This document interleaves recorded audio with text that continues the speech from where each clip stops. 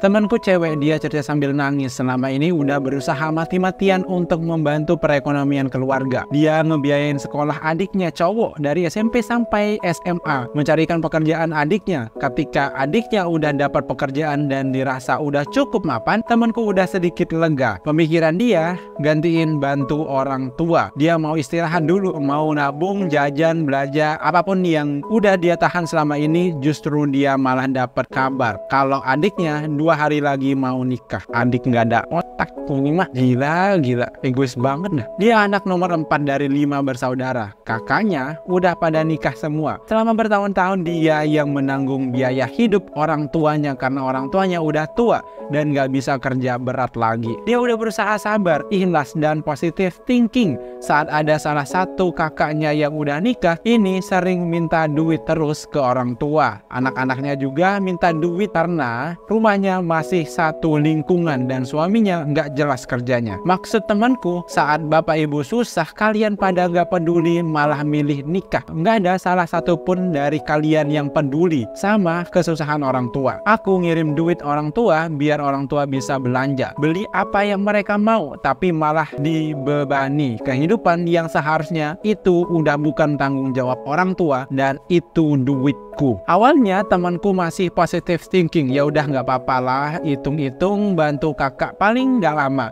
Malah kakaknya makin keenakan, tiap hari ngambil sayur mateng dari ibunya. Anaknya juga apa-apa minta nenek, jajan minta nenek, dan lain-lain. Puncak kekecewaan dan kemarahan temanku ini, adiknya lamaran nggak ngasih tahu-tahu dapat kabar 2 hari lagi mau nikah. Dia cerita, anak rantau seperti aku ini cuma dikabarin kalau ada biaya ini itu. Orang rumah mikirnya cuma duit, minta duit, tanya kabar aja enggak. Temanku lanjut cerita, kalaupun mau melangkahin aku buat nikah dulu nggak apa-apa, aku nggak masalah, aku ikhlas, nggak mempermasalahkan. Tapi ini nggak ada obrolan sama sekali. Saat telepon ibuku, aku menangis seperti nggak dianggap, padahal kalau ada kesusahan aku orang pertama yang dihubungin. Ibuku nggak bisa berkata-kata, cuma bisa nangis juga. Dia belum memutuskan mau datang ke nikahan adiknya atau enggak. Cerita ini bukan bermaksud membuka aib seseorang, tapi pelajaran yang bisa diambil adalah ketika kita udah berkorban mati-matian buat keluarga, terkadang malah jadi bahan tumpuan, padahal beban itu sangat berat untuk dipikul, tapi tidak semua orang paham. Meskipun itu keluarga sendiri, please coba pelan-pelan jaga jarak. Kamu berhak bahagia, gak semua beban harus kamu tanggung. Kasih ibu bapakmu secukupnya, buat mereka makan aja. Setuju gua yang ini, setuju gua.